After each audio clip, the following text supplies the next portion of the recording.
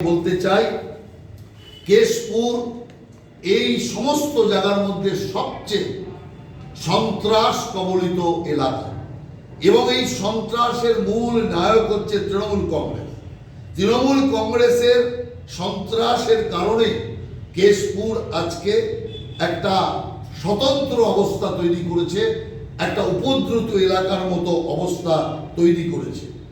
শিলাবতী এবং তমাল নদীতে লাগাতার বন্যাতে কেশপুরের জনজীবন বিপর্যস্ত, কিন্তু সেই ঘাটাল মাস্টার প্ল্যানের ধোঁকাতে আজকে কেশপুরের মানুষদের দুর্ভোগে ভুগতে হচ্ছে।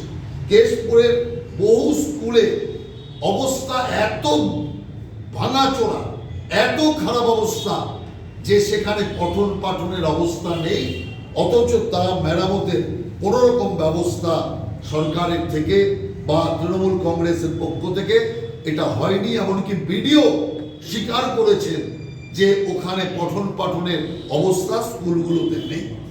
তেমনি আমরা দেখছি কেশপুরে এসএসসি পরীক্ষা প্রশাসনের তরফে সুরক্ষা দেওয়ার বদলে শাসক দল ইউনিয়নের সদস্যরা বিভিন্ন ক্ষেত্রে ভয় প্রদর্শন করার কাজ করছে।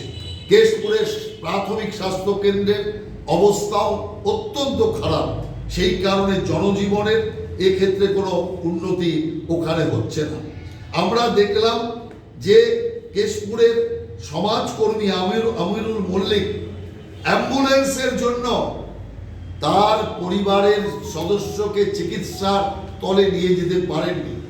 এই যে ঘটনা সারা ভারতবর্ষ জুড়ে প্রচারিত হয়েছে, অতএব তৃণমূল রাস্তাঘাট এবং স্বাস্থ্য ব্যবস্থা কোথায় এনে রেখেছে এটাই তার সবচেয়ে বড় প্রমাণ।